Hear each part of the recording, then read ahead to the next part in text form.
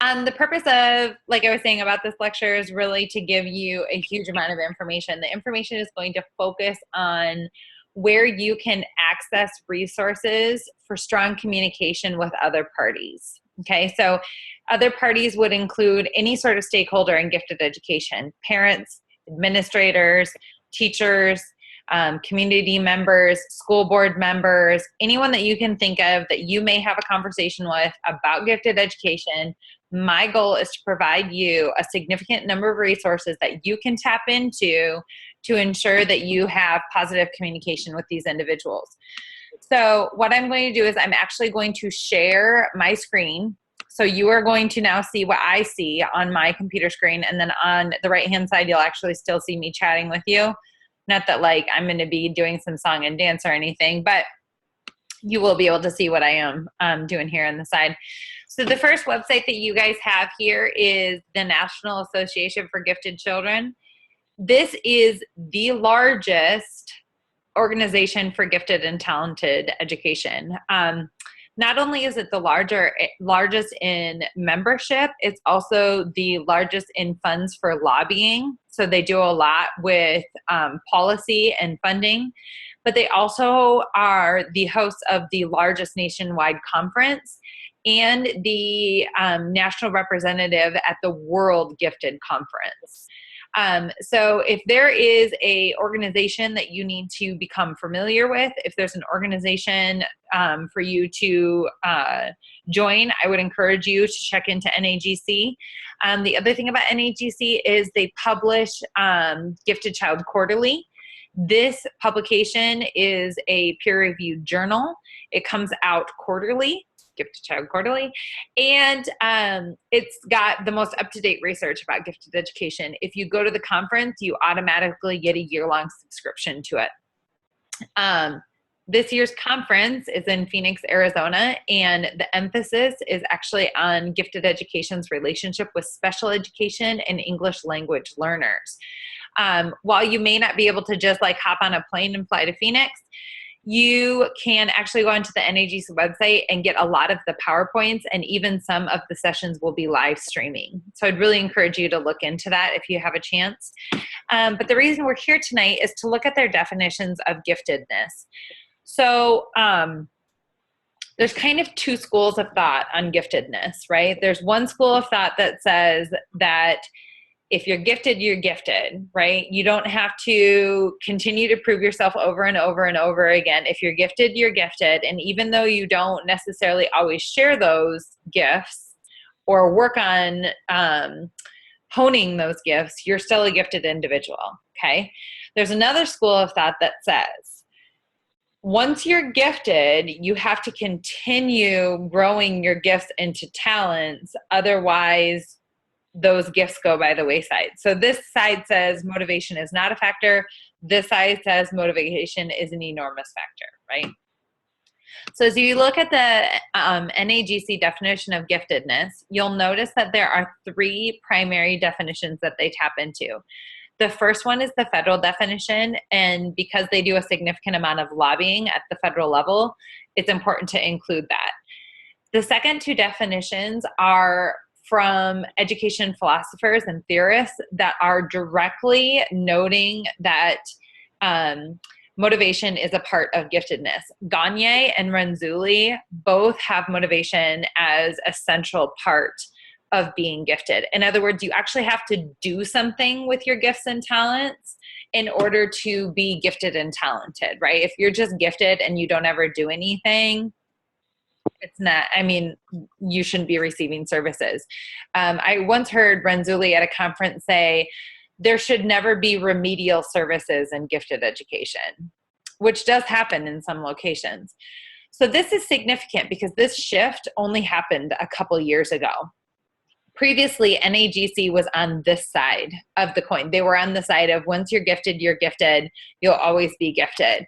And then 2 years ago, they released this statement that is now on your screen called Redefining Giftedness in a New Century, Shifting the Paradigm. It was exceedingly controversial because it was an enormous shift for the entire profession. So sometimes paradigm, the word is misused.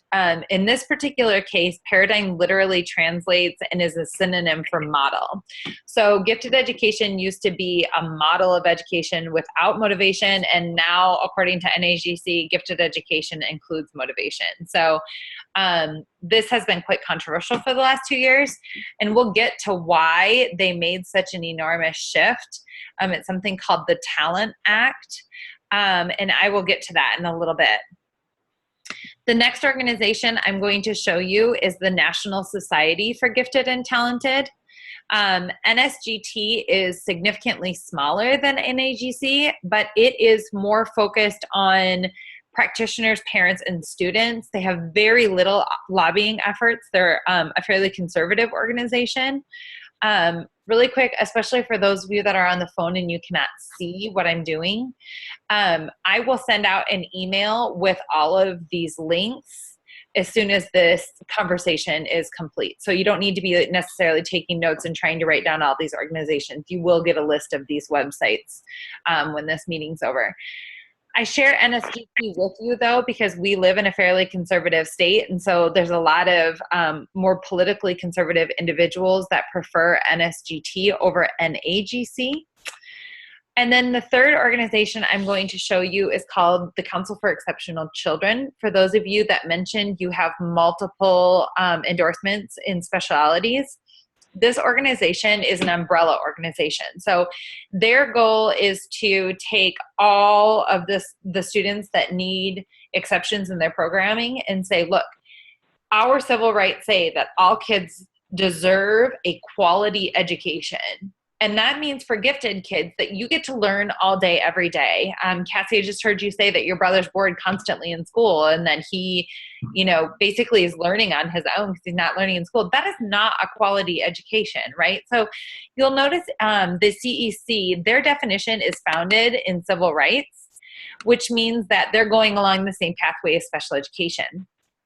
The interesting thing about the CEC is that the CEC is more popular in states whose state Department of Education is set up like the CEC. So like in Iowa, for an example, our Department of Education is very compartmentalized. So there is a director of gifted and talented. There is a director of special education. There's a director of English language learners. There's a director of counselors. There's a director of physical education. I mean, there's like a director of everything, right? But in Kansas, for an example, Texas is the same way. They have a director of exceptionalities or special programs, some states call it, right? So like that person oversees gifted education, special education, English language learners, at-risk education, dropout prevention. And so the Council for Exceptional Children, their mission matches those states a little bit better. So it just kind of depends on where you are as a practitioner. One's not any better than the other. I just want you to be aware of the fact that they're out there. The other one that I'm going to show you is called Hoagies. Hoagies is not a professional organization. Hoagies was established by a mom who had children that were identified as gifted, and she felt like she did not have a source of information. So Hoagies was founded several years ago before we had things like Pinterest, for an example. And so you can think of Hoagies as kind of like the Pinterest of gifted education. She's basically taken resources from all over the internet and put them in one central location. And her definition of gifted and talented education is kind of like the Wikipedia of gifted, right? So like she's drawn tidbits from all sorts of different resources and put them together. Now, what's great about Hoagies is that it's a fantastic place to get a snippet of information. It is not a fantastic place to source. It is not a fantastic place to get your research from. However, if you're looking for a jumping point, it's a great place to go. It's also a nice place if you have parents that are really, really overwhelmed to send them and they can do some perusing on their own. The Gifted 101 is where I'm at right now.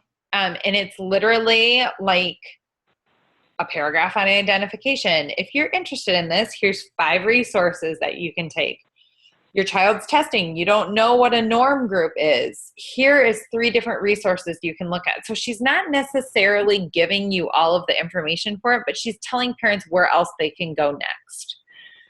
So I'm going to go back a little bit. So I talked about how NAGC does a lot of lobbying at the federal level.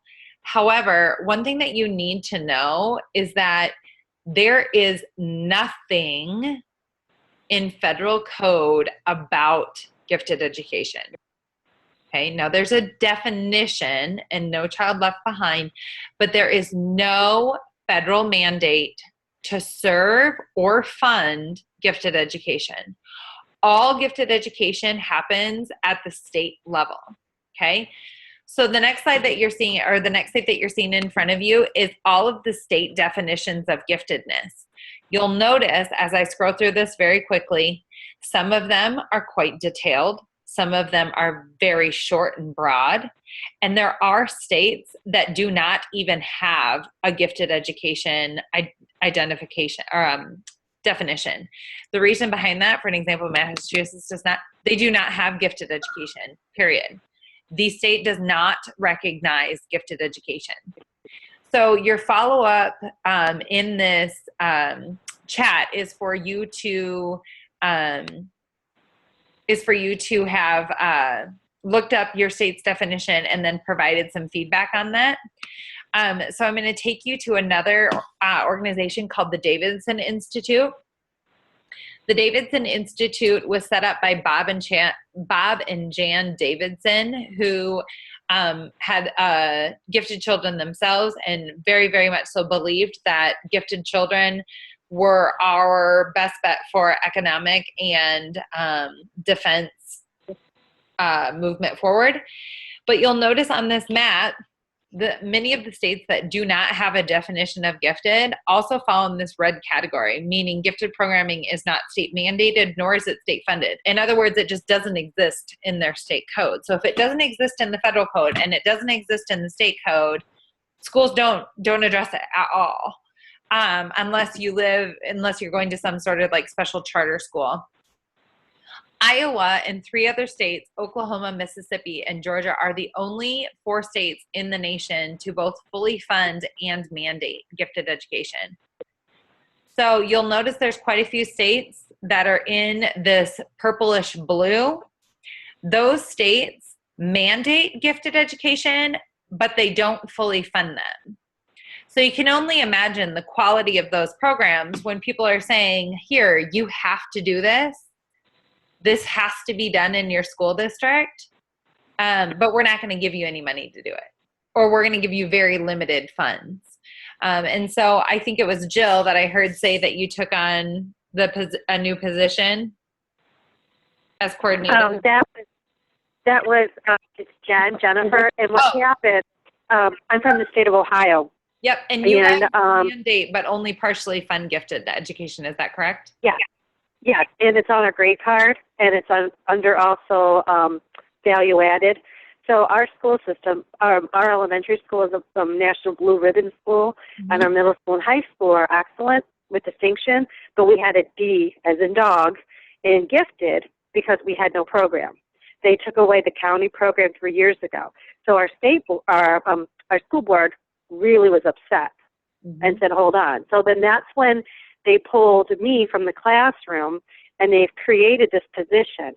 Now, I took it going, this is going to be fabulous, but in the back of my mind, I'm like, okay, I'm a 1 through 8 certified.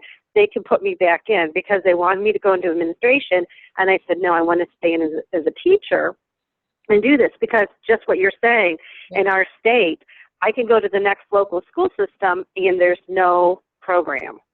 Yeah. So it's very sketchy here, and there's no clear-cut definition any place you go. Well, and the interesting part about it is a lot of states that are like that, where they are mandated but not fully funded, what they do is I heard you say there was a county organization. A lot of states do that, where all of the schools in the county band together and they create basically like a gifted club that these kids can take advantage of the resources, but they have to get themselves there. They have to access the resources on their own. Their teachers only go to the schools like once a month. And for those of you who are from Iowa, it's kind of like an area education agency, except the kids have to drive to the AEA on their own. Yeah, hi, this Go is ahead. Julie. I just joined in. Oh, hi, Julie. Welcome. Yeah, I'm from New Jersey, and we're partially funded, and it's just there's no consistency between district to county to this or that. We do have like a county group, which allows a lot of field trips that at consortium. And one thing that's changed in New Jersey is teachers now get an SGO type or student performance rating, and that is now driving an increase in gifted services because even the advanced students need to show student growth. So it's having some impact that way. We're trying to lobby for that here in Iowa right now. We're trying to lobby for a growth-based model in our education because that means then that every kid has to grow. I think that's a very smart avenue for you guys to take in New Jersey. Yeah, it is. That a lot of teachers are struggling with it though, to have their salary tied into that. In other words, 10% of your salary will be based on some of that growth factor and all students. So, but it is a change I think that's needed. I can't necessarily say I agree or disagree with having it tied to teacher salaries, but I do think for the benefit of gifted children, it's very smart. So I'm going to go ahead and finish up. My goal is always to have everybody out of here in a half an hour, and that means I've got 2 more minutes. So hold on to your hats, kids. We're about to ready to fly through some material. I've got just a quick question. It's telling me that I only have 7.5 minutes before I need to pay $10. Yeah, you don't need to do that. We will be done before that. You're cool. Okay, sounds good. Yeah, Thanks. You'll be fine. I didn't know that popped up on everybody's screen. I thought that was just mine. Nah. You'll be out of here in like 2 max. Okay, so I talked to you guys a little bit about where we are federally and what different legislation is happening. And I talked to you a little bit about something called the Talent Act. So before the Talent Act, there's something called the JAVICS Act. And the JAVICS Act is the only federal funding for gifted education.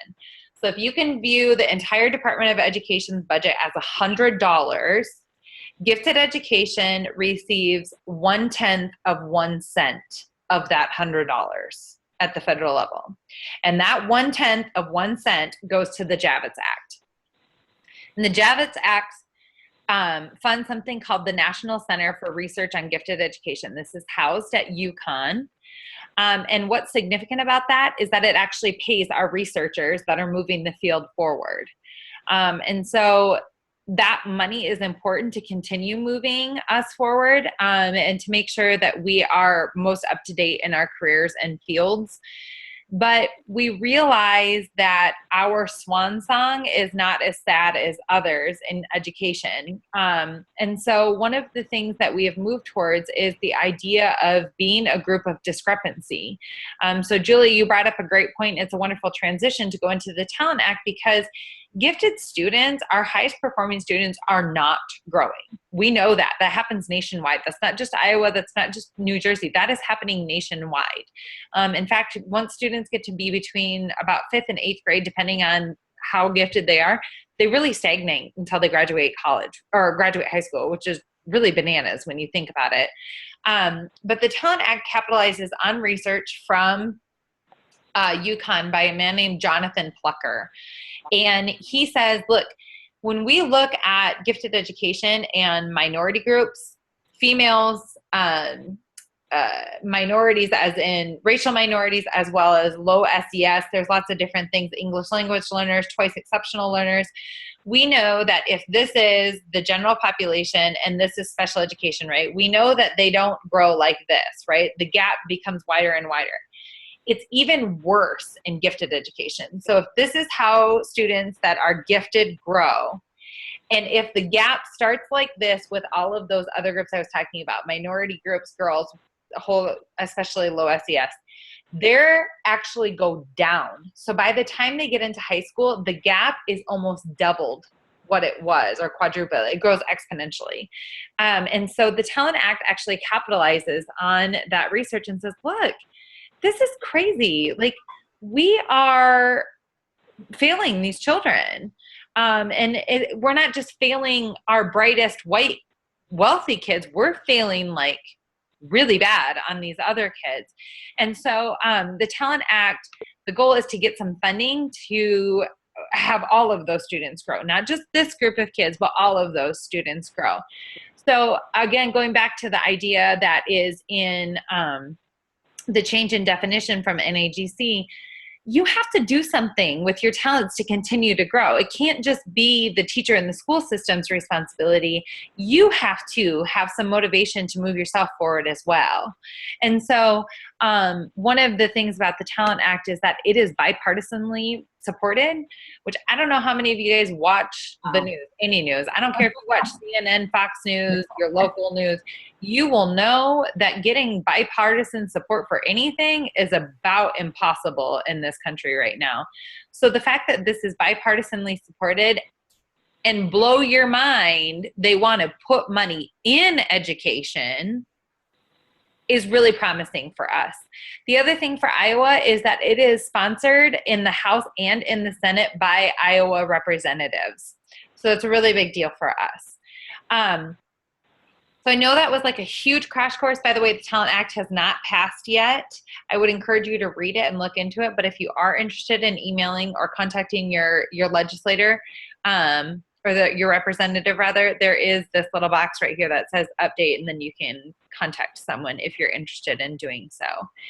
I do not have anything more for you tonight, except just a reminder that you're going to use this state definition page here, as well as you can tap into this map from the Davidson Institute. And that's the biggest chunk of your reflection. Because I moved this and it is so late, I am happy to accept your guys' submissions for this reflections until tomorrow night. And if you need some more time, just let me know. I know I'm the one that messed with your guys' schedules, so I'm happy to accommodate that. So if nobody has any questions, you can go ahead and log off. If you do have a question, go ahead, feel free to stay on, and I will chat with you as anybody has a question. Thank you. Okay, thank you. Thanks, guys. Have a good night. Bye.